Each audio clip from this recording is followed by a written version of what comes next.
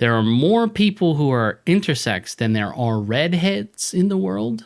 Shut up. Yeah, than there are gingers. The chance that you have met someone who is intersex, who probably doesn't know they were intersex, is higher than you knowing someone who's a ginger. This is Seemingly Unrelated, the podcast that digs into the true stories behind everyday life to reveal the unexpected foundations of how and why we live the way we do.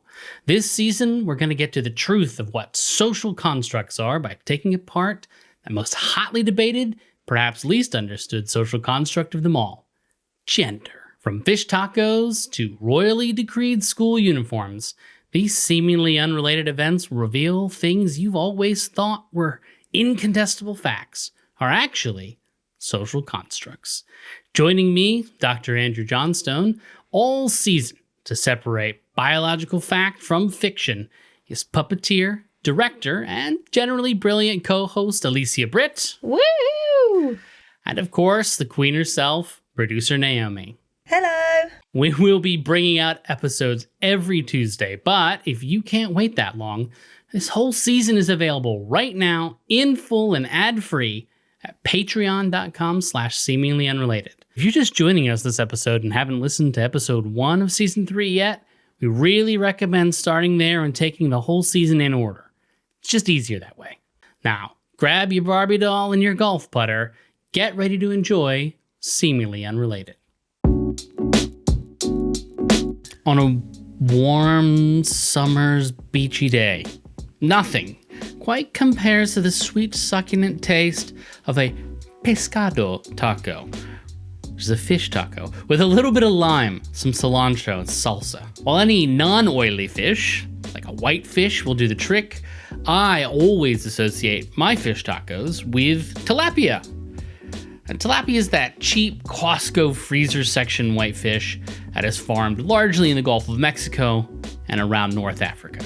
For other people, though, tilapia doesn't conjure images of tortilla and coronas on the beach. Instead, they think of life-saving medical treatments, underpaid prison labor, and vaginas. Okay. Are many people thinking that? Or is that just Andrew's brain? I write the script, said they're weird. As we swim towards the season finale of Seemingly Unrelated, we've got just one simple question to ask. Are our genitals the undeniable and unchangeable element that determines a person's gender? Or is this just a really recent development, no different than actually putting tilapia on a taco? Only one way to find out.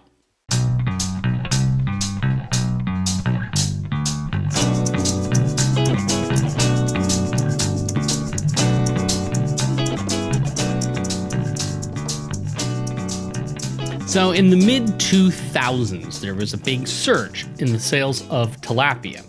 It was due in part to economic hardships, which some of you might remember, but also those lingering concerns over, quote, heart-healthy proteins. Cheap, so-called healthy, low-fat tilapia became dominant as the white fish of choice in the U.S. market especially. So why did the price of tilapia go down so fast?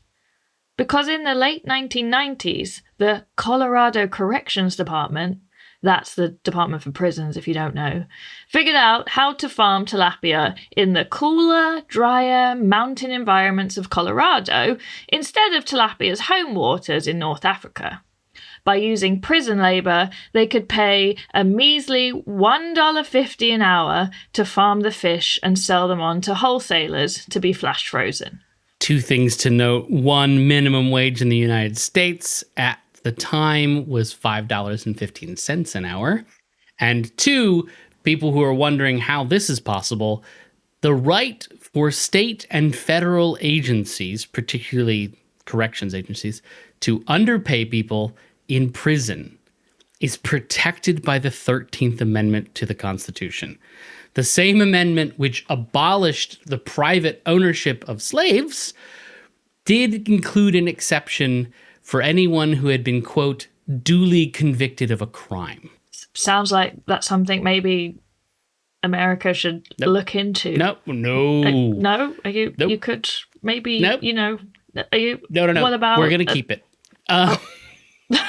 So this trend of prison farmed tilapia, of course, peaked in 2014 when Whole Foods announced that they were severing ties with all companies that sourced their products from prison labor, a thing Whole Foods had to do because apparently they were working with companies who sourced their products from prison labor. Brilliant, gang. What did remain, though, was the demand for tilapia, which is still steadily high to this very day. Another thing that remained was how much waste gets created when all of these fishes get filleted. To get your neatly trimmed fish fillet on your taco, the fishing industry created a lot of byproducts. People want flaky white meat, and they don't like anything like skin, eyes, or organs, etc. The delicious parts of the fish. Oh, I always struggle to eat the heads of fish because I've just started eating fish, and I feel like that's a red flag for me. If you're going to eat a fish, you should be able to eat its eyes, but it just feels. I think it's something you can learn. I was traveling in Asia, and like they eat a lot of the parts and stuff, and it's just something that I've never done growing up, and like I wouldn't know where to stick my chopstick, to be frank. I just need a little bit of help and a little bit of reassurance. I also want to note that one of the most popular and most beloved seafood dishes out there is like the gonads of the sea urchin. Just putting that out there. Tasty gonads. Tasty gonads. First piece of merch. Tasty gonads.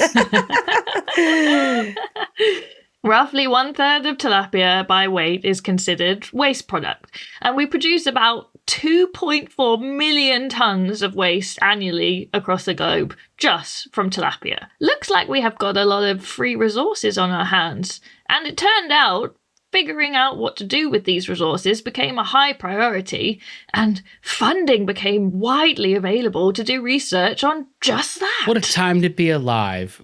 Funding widely available.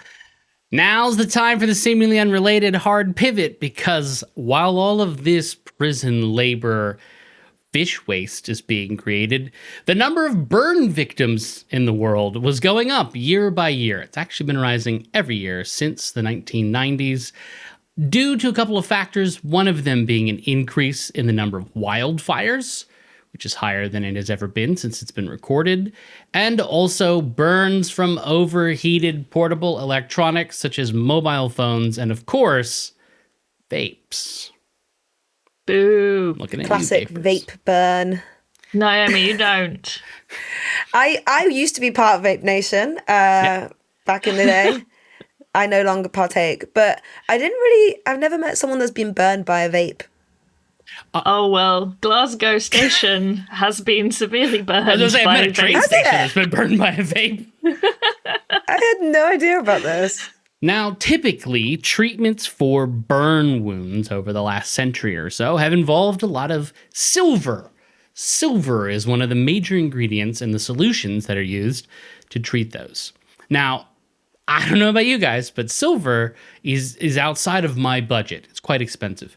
And it also has a high risk of toxicity. A lot of people can have too much silver get into their bloodstream, which makes treating burns very difficult. Now, alternatives have obviously been explored over the decades, and anything with a lot of collagen in it is usually an effective treatment. So lots of plans have been made to turn chicken skins or cow meat and other sort of high collagen containing animal products into some kind of a bandage or skin graft that can help with burns. Problem is, the gang, I don't know if you know this about cows and chickens, but they're disgusting. And the getting their products to like be sanitary enough to be used in a medical application is difficult. Further, because of our close proximity to chickens and cows over the last, 10,000 years, there's a lot of diseases that cross between those two things, which is fine when you boil a chicken breast, but it's not okay when you take like some chicken skin and graft it onto your arm. Good news. Tilapia skins are rich in gelatin and collagen. And we haven't been living with tilapia because they live in the sea. And they're also very simple structures, so they're much easier to sanitize. So back in 2017, some researchers in Brazil took that funding that Al mentioned earlier and decided to find out if tilapia skins, aka waste, could be used to treat burn wounds. Good news, yes, tilapia skins are excellent for skin grafts that treat burns. Something like 60% of the mass, the total weight of that skin, goes from waste product that we would throw away into actual human tissue. Like your body slurps up, I'm sorry for that noise, it slurps up all the collagen and gelatin and turns that into new human skin. All of this being cheaper than silver and way less risky than chicken or cow products. So you're saying that the cells, they change from being a fish to being part of you? Correct. So the content of the fish skins is like the raw building materials for our body to manufacture new skin.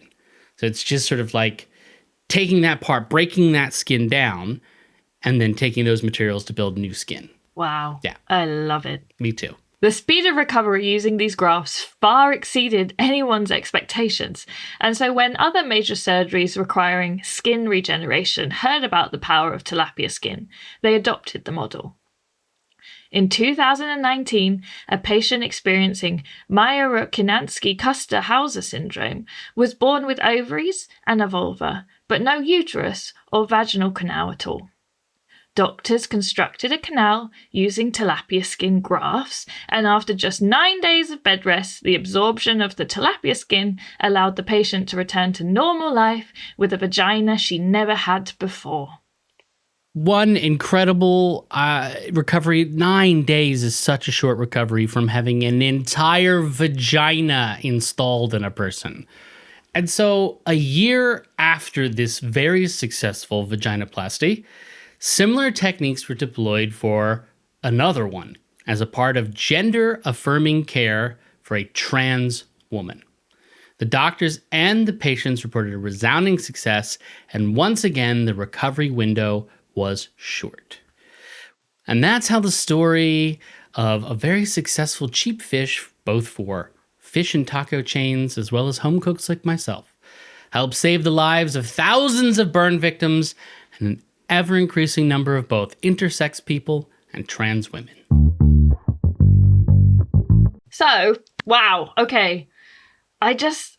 We've had Pink, and we've had Barbie, and we've had guns, and we've had golf clubs, but this kind of feels like a lot more concrete. You know what I mean? Like, we're talking about doctor's surgeries and things that you would put on a form. So what I'm kind of really wondering is how are we going to link this to social constructs?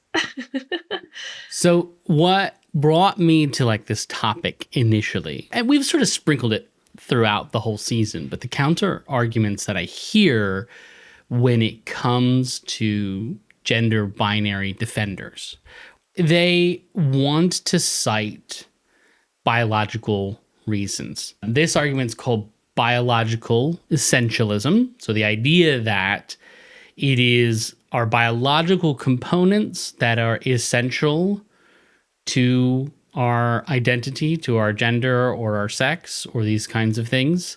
I've heard hormones, a woman who's got too high testosterone is not really a woman. I wonder, where do the biological essentialists sit on intersex people? Do they acknowledge them or? Great question. When it comes to biological essentialists, they often have socially constructed views of biology. The number of men who think that their primary function of their testicles is as like a little storage compartment for a blend of semen and sperm is most men, and that is not at all what testicles do. Andrew from the future here, just want you to note that I did a really bad job explaining like the male physiology around sperm. So luckily we talked to somebody who knows a lot more. So this is Dr. Attar Margoob. You'll hear more from him later in the episode, but he's an MD and a urologist. We'll let him explain it to you. So the function of male genitalia, within the scrotal sac, there's testes and epididymis. The function of the testes is to produce sperms. And once they've been produced in testes, which takes a few weeks, then they're stored in epididymis and they mature over there. And then they're transferred to what we call seminal vesicles, which are sitting behind the bladder. If you don't know that and you want to tell me that someone who is, say, intersex, someone who was born, maybe even someone who's born with, you know, a penis and a vulva, right, which is sometimes defined as hermaphroditic, you want to tell me that that you know what they are, one or the other? My brother in Christ, no. You need to go learn how testicles work first, please, before you start talking about what it is with intersex people. I just wanted to say, like, how lucky you penis owners are that your genitals are so easy to see, and that, like, people who have vulvas have to be told, like, I had to be told it's okay to look. I feel like it was, you know, taboo and all that kind of thing. So much to the point that when I moved to London and I started the show Sex and Puppets Cabaret, which was like built a lot around my feelings of like, no, don't look, it's secret and like a little bit taboo. But I made a vulva girl group named Lady Glitterous and the Bejazzles. Yes. And they are like vulva queens that I can perform right out there in the front, singing and dancing as a kind of like reaction to like, yeah, it's a vulva and hey, you can see it now. So like, yeah. I was thinking of Lady Glitterous when I was coming up with this episode because I knew what a vulva was beforehand. But when I saw that show and I saw those puppets and I was thinking like, yeah, why do we use the word vagina? That's weird. Like, that's not what's going on here. When I first got shown how to use a tampon, I asked my mum if I would be able to pee while I had it in. Yeah, and that just shows you don't really know what it is because you like can't see it until you actually look with a mirror. It's interesting though with intersex people how we've got all these definitions of what a vagina is and what a penis is, and we've just talked about that quite a lot. But there's lots of people who are born with something different to that. Yeah. And did you do quite a lot of research into that, Andrew? Yeah. You can all look in the footnotes. I've got a few survey studies linked. So the UN has published last year a fact sheet about intersex and diverse sex development, or DSD, individuals. That's all linked in the show notes along with a few other analyses. Because while I may be a bit of a snob, a bit of a prick when it comes to biological essentialist arguments. Part of the reason why intersex people are like not often mentioned when we talk about like transgender discussions and what is a boy and what is a girl and who uses what bathroom and all of these conversations we're having is because intersex people aren't terribly well understood in general. They have been pathologized, which is to say like people treat intersex or, DSD people as being like mutants, basically, as being like defective or different in a way that is less than ideal. But their sex characteristics and their development are they are different, than the sort of sexual binary that, you know, we're more familiar with, but they're not always bad. They're not always damaging. And we don't have a like taxonomy. We don't have like a good amount of language around intersex people, because we only started coming up with actual understandings, actual words to discuss what intersex or DSD means in 2005. Before 2005, all intersex meant was hermaphroditic or pseudo-hermaphroditic, which is to say you've got a visible penis and a vulva, or you've got either a visible penis and a vulva and like a underdeveloped of the other one, you know? And usually what would happen is doctors would just snip whichever was the underdeveloped one off when they were a baby without asking anyone's consent, much to the damage of the mental health of a number of people.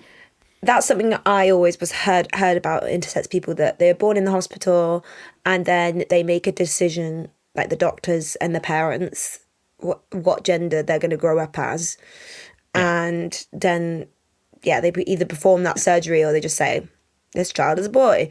And I think it's interesting that we feel the need to tell them who they are and be like, you are A or B, instead of just going, you are intersex. It's like, yes, you are a girl or a boy still. Yeah. You're intersex, and like you can figure out whatever gender you want to be going forward, and we'll have more categories, which is a really fascinating fact. This is a fun fact, gang. The prevalence of intersex people, like, because one of the things is people are like, oh, they're very rare, these aberrations, these outside. Even under the pre-2005 binary hermaphroditic or pseudo-hermaphroditic definition, there are more people who are intersex than there are redheads in the world. Shut up. Yeah, than there are gingers. No way. And there's way more intersex people than just hermaphroditic and pseudo-hermaphroditic, which is what the last 20 years of research has suggested. I don't know if it's going to be as prevalent as non-heterosexuality, which is turning out to be maybe more in the 1 in every 5 or 1 in every 3 people category, or transgender people, who it seems like it might be more like a 1 out of every 6 people could be transgender. I have no idea where intersex is going to land, but it's already more than gingers, and Al is ginger. Yeah. Like, she's right here, people. Yeah. So the chance that you have met someone who is intersex, who probably doesn't know they were intersex, is higher than you knowing someone who's a ginger. I mean, that makes me kind of think, because like, unless your genitals are clearly observed from the outside when you're a baby, you could have whatever going on inside. So you could like go your whole life. Yep. If you didn't have any health problems, you know, without ever knowing if you did have ovaries or, you know, a womb or anything. And that's actually extremely common, is people finding out they're intersex as adults, because they either have like an XYY chromosome combination, or they have, you know, no uterus. They didn't know that until they tried to have a baby, and then that's not happening, or whatever the different elements that make up intersex.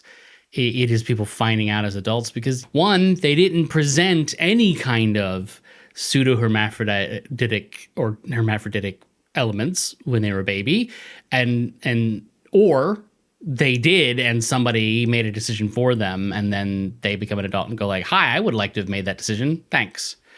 I thought if you were intersex, even till this very moment now, actually, even like being part of all the research, I thought the definition of that was being born with a difference in your genitals that was visible. I didn't really realise. That's something that I hadn't actually clocked onto, is you could be defined as intersex even if it was like an internal.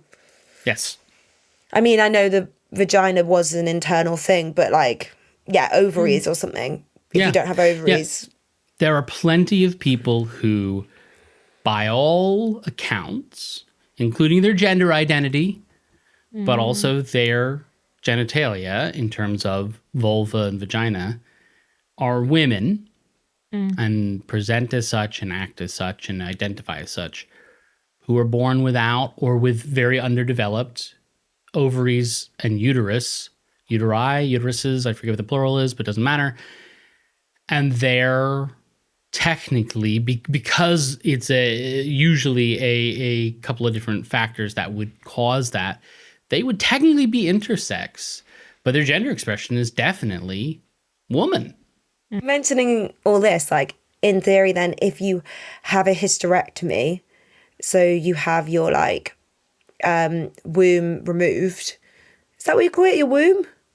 Your uterus. Uterus. I knew that was wrong. It's the womb once there's a fetus it's a baby inside in it. of Yeah. I was yeah. like, I can't remember what the word is before it has a baby. If you had your uterus removed as an adult, I think what's really interesting about that is like you could use she, her pronouns, identify as a woman, you are a woman, and that's how you feel. But then you have a hysterectomy and you're sort of taken to being intersex. I know you wouldn't reclass yourself because you were born with a uterus, but it's like, how much does that uterus and those genitals actually affect your gender expression then? If like you have them removed at a later date, Yeah. does that mean you're any less of a woman? I don't know of anyone who would say to a woman who's had a hysterectomy, you're not a woman anymore. Yeah.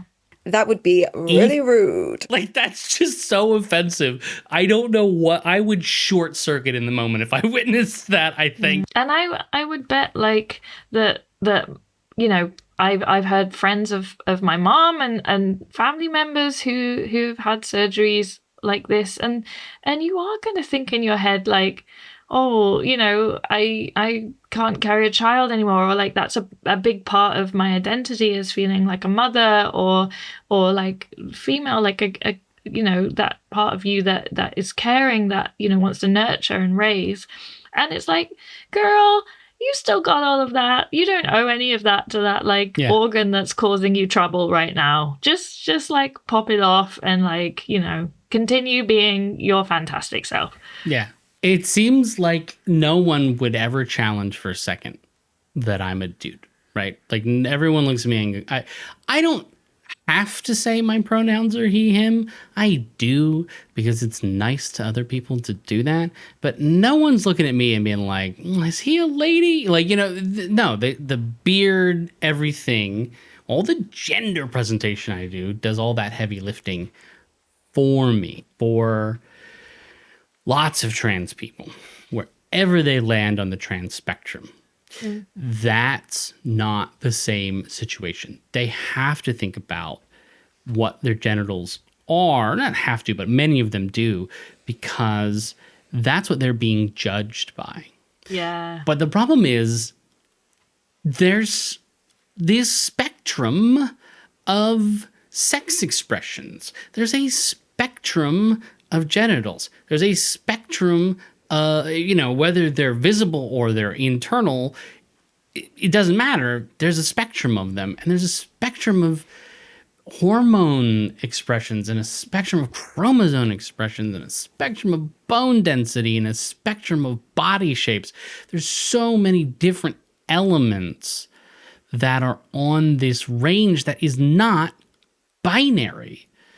You can't support the idea of a binary system when one can easily introduce multiple alternatives to the binary, right? It's not A or B and ignore C through Q.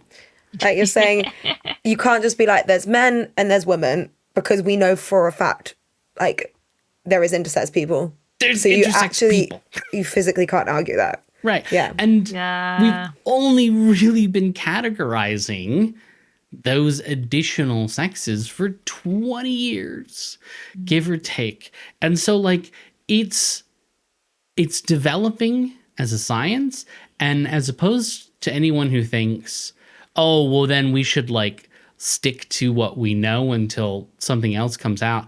I just got to let you know, every day, more and more, the evidence is showing alternatives to a binary, a sex binary and a gender binary, both of them. And so the cat's out of the bag on that one. Woo! As the science develops, at this rate, it's only going to make the binary structure of sex and gender less and less obvious, less and less clear, less and less the right way to interpret these two things. And I think, like, once you go, okay, there's not just two types of genitals, like, the idea that your genitals equal your gender becomes a harder system to live by. Because if you go, okay, well, actually, this person who was born without a vagina, we all see her as a woman because the doctors decided she was a woman and then gave her a new vagina. We can't just go, you're born with this, so that equals you are this gender. And then if we accept that as true, then you could sort of extend that out to the trans argument of being like, yeah, like, your genitals don't equal your gender because you can be born without any gendered genitals. Yeah. If that makes any sense. Yeah. And then Right. I was thinking about, like, cis men. I was like, how do the cis people fit into this? Because, like, not we're using an example that someone who was born intersex, right? That was the example in the original story. And I was like, but then how do cis people who were born with the genitals that they expected to be born with, like, how do they fit into this story? But then going, like, okay, if you're a cis man and you have your penis removed, I would still view you as a man and you would still view yourself as a man, probably. Yeah. Yeah. Yeah. So your genitals aren't linked to your gender. If you're a cis man, if you were born with the penis and assigned male at birth, and then you say, yeah, I'm a man. I agree. This fits. And you go to war, right? You go do the manliest thing ever, and your entire package, penis and balls, gets blown off by an improvised explosive device. A thing that happens with shocking frequency, it's gone. All of it's gone. Are you not a man? Did you not do all the man things that you thought were really important for being a man? Do we have the right to, like, point at that guy and say he's not a man if he says he's still a man? So I guess what you're saying is, like, the link between genitals and gender isn't as strong as people think. Yeah. All of that to say, Naomi, maybe the last word, but the only caveat I would add to that is, most importantly, we, as anyone in society, don't get to tell a person that they are a particular gender because they have a particular set of genitals. So as I said before, I got to sit down with Dr. Attar Margoob, who's a urologist and specifically a urological surgeon. And he's got more than 25 years of experience doing surgeries that are all related to genitalia. So he's got a lot of personal and professional experience here about the relationship between genitals and identity, and maybe we'll learn something new. So the whole interview is going to be on Patreon, of course, but here's Dr. Margoob right now. My name is Attar Margoob. I've been working as urologist for about 30 years, primarily in Manchester and surrounding areas. So urology is primarily, we deal with basically organs like kidneys and urinary bladder. And then we deal with male reproductive organs, which will be penis, testes, seminal vesicles, and prostate. Female reproductive organs like ovaries and uterus and vagina, they'll traditionally be dealt with by the gynecologist. So it's very interesting that we don't deal with both types of genital organs. I wonder if you could highlight, because I've read somewhere on this, and I want to get an actual doctor to tell me, what's the difference between a clitoris and a penis? Let's go back to when the child is in mother's womb. Okay, fetus. So fetus develops what we call generic external genitalia. So there is only one hole uh, in fetus. Is called cloaca, and cloaca would divide. So clitoris is basically remnant of the penis. The only difference you could argue that it is not conveying urine. So penis contains not only excitable tissues and erectile tissue, but it has got at the base of the penis water passage we call urethra. In females, water passage is different to clitoris, so it's not passing through. So clitoris is primarily a sexual organ in females, whereas in men, you could argue that penis is doing two jobs. It's not only conveying sperms, but it's also conveying urine. So that's the prime difference. That is fast because there's so many different, when I go to do research, I try to find the most reputable sources I can. Like there was one source that was saying, oh, the difference in like infants is just the size, literally like the difference in centimeters, that like there's like a deciding point when to declare something to be a penis or whether or not it's a clitoris. But you've reminded me, of course, something I already knew, but I wasn't putting two and two together, that, well, yeah, the urethra is not inside of the clitoris. It's next No. to it, but it's Yes. not inside of it, whereas it is firmly inside of the penis. Yes, yes. Obviously, there would be situations, maybe intersex, where there's a bit of confusion of ambiguity or there's like overlap. So, for example, perhaps you may know that sometimes testes, which actually originally develop quite high up in the abdomen and they gradually come down in the scrotum. And if they don't, we call them undescended testes. And because scrotum would be empty, so sometimes the look may be not too dissimilar to female external genitalia, because like anything in life, especially in medicine, there is no such thing that you only get two types of presentation. That there will be either male or either female. There would be overlap.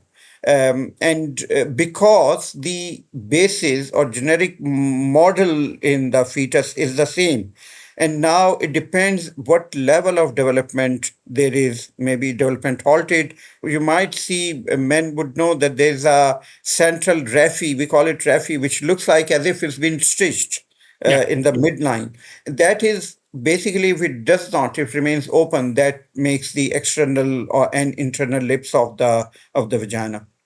Right. So, yeah, for anyone who hasn't, I don't know, looked at testicles before, yeah, it almost looks like there's a seam right down the middle. And yeah, Yes, so you say that's you just can the see labia yeah. coming together effectively. Absolutely, they close down. If they don't, then the opening would remain open, and that would be making vagina in female. You mentioned that, medically, it's not this perfect binary. There's going to be overlaps. So why then do you think there are so many people who find it so important to frame these concepts of gender, of sex, of whatever, as purely binary? Yeah, that's a very interesting question. There's a huge overlap.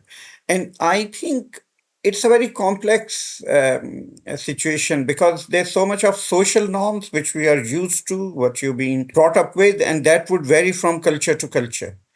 I think our understanding is never complete, because to start with, we are not similar. We are not identical. There's a huge variation of what is normal. We can't define what is normal. So you might have seen that also applies to neurodiversity, that people react to same thing differently. And I'm sure that there's so much of these influences through the social media that what we should be, the pressure that we should look like this and we should be like this, rather than accept and enjoy and celebrate that all of us are different. So I remember when I was in school, so our biology book, which was primarily based on American biology book, and it said that when you're crossing road next time, be careful because you're unique. Your DNA, etc. You're unique. There would not be another one like you. So the point is, all of us are different. I think this is the problem with doctors. We try to put conditions in boxes. This is this, and he's, but things aren't like that. It's very fluid, very difficult, and I'm sure it's still evolving. Maybe in 50 years' time, we'll look back and we laugh at it, what we are doing now. Yeah. That's what my spouse said, because they're a mental health nurse, and they were saying, "Oh, I'm sure when I'm 70, I'm going to say something about like, oh, well, trans women, and my grandchildren will be like, Grandma, we don't say trans women anymore. Like, that's not the term, whatever the thing is, it's going to be." Yeah, it may be different. So yeah, things change, and I hope they change for the better. When I was a medical student, you might have remembered that terminology for these. We call them now special need children, and the terminology which was quite cruel actually. They were called deaf and dumb. You might, back home, I remember there was a deaf and dumb school, yeah? And there was no, for example, awareness about neurodiversity. Different children would behave differently, and that may be perfectly normal for them. Historically, it is said that the boys would be better in science subjects and the girls would be better in art subjects like painting, etc. So I think there are these variations which are down to what society is telling us, and we subconsciously were adopting that, and it will keep on changing. We like it or not, it will keep on changing. We want to thank Dr. Margoob for his very expert insights into how genitalia work, and maybe not as connected to identity as we thought. Back in episode 4, when we talked to Oedipus Rex, they shared some of their personal experiences with those physical expressions of gender that the body has. And we really thought that this one anecdote about generational differences with experiencing gender was really important for this episode. So we'll cut to that clip here.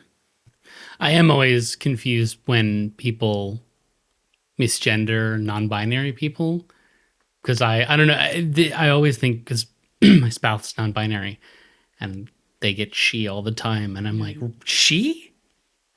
That's what?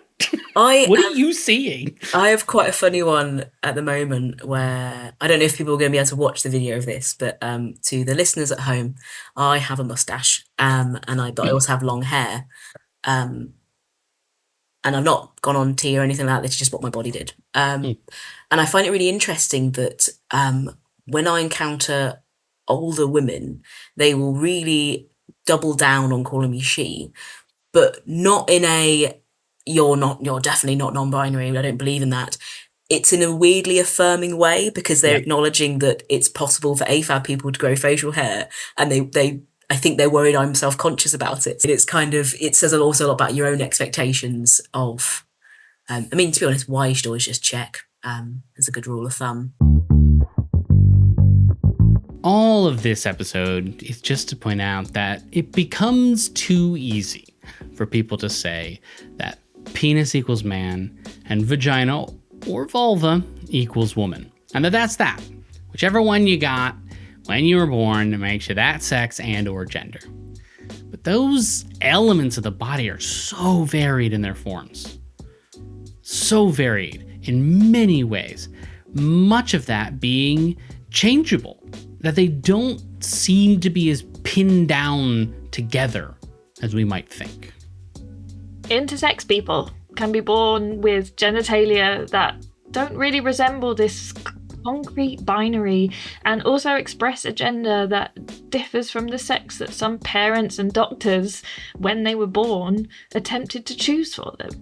Both cis and trans people are completely able to reshape their genitalia, thanks tilapia, to match the gender that feels right to them.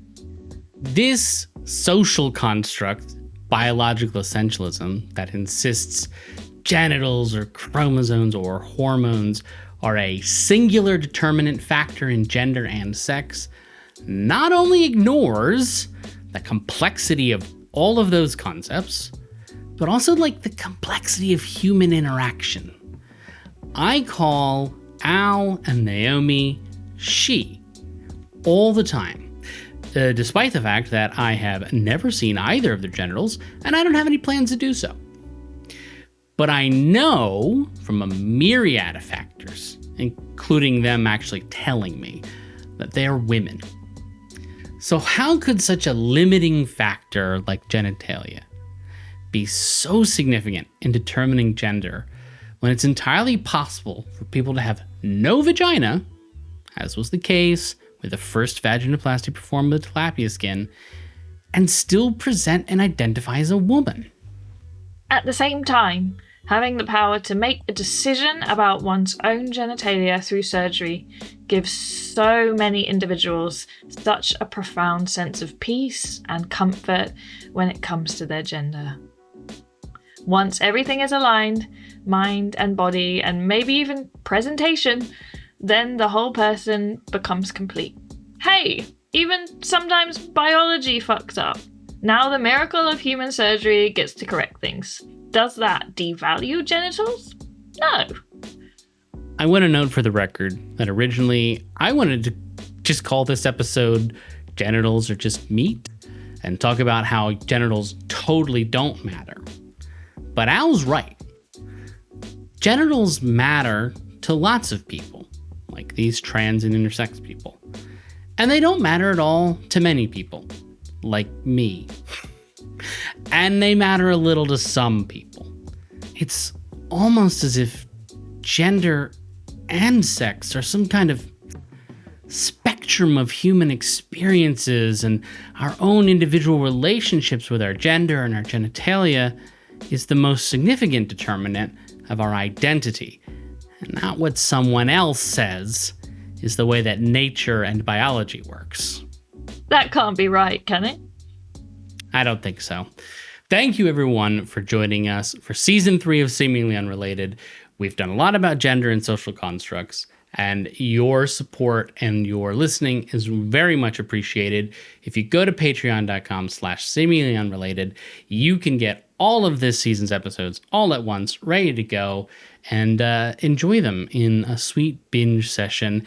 Al, thank you again for being our co-host this season. Please let the people know where they can find your vajazzled glitteruses and other puppets that are meant to look like body parts. Oh yes, you can see all my Lady Glitterous and the Bejazzled right on my website, aliciabrittpuppetry.co.uk, and I look forward to hearing your ideas. I think that might be the line that gets us shadow banned. Naomi, we did it. We made a season in a different way than we had made it before. This was our weird way of doing things, and I hope it worked out. I think you've had fun. I'm going to speak for you. I've had so much fun. Where can people find you on the internet? If you want me to change your podcast series into something different, that's the first time I've ever managed to link something you said to my outro. You can find me at Kaomi Productions. That's Naomi, but with a K instead of an N, on Instagram. So yeah, go find me there and give me a message. Yeah. And gang, stay tuned because we got a little concluding episode that's going to go out on the free feed as well. Patreon supporters, of course, you've got loads of bonus episodes to listen to right now, but it's going to come out next week and we're going to wrap it all together in a neat little bow. So thank you so much for listening, and we will see you for one more episode of Season 3. Goodbye, everybody. Bye. Bye!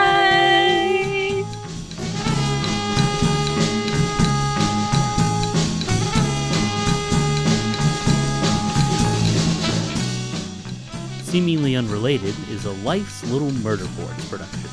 Created and hosted by Andrew Johnstone, audio production and editing services provided by Naomi Coe. Our artwork is by Megan Zemet. The theme song is Irizumi by Pistol Jazz. To find out more about everyone involved and access the show notes for this episode, visit us at seeminglyunrelatedpod.com.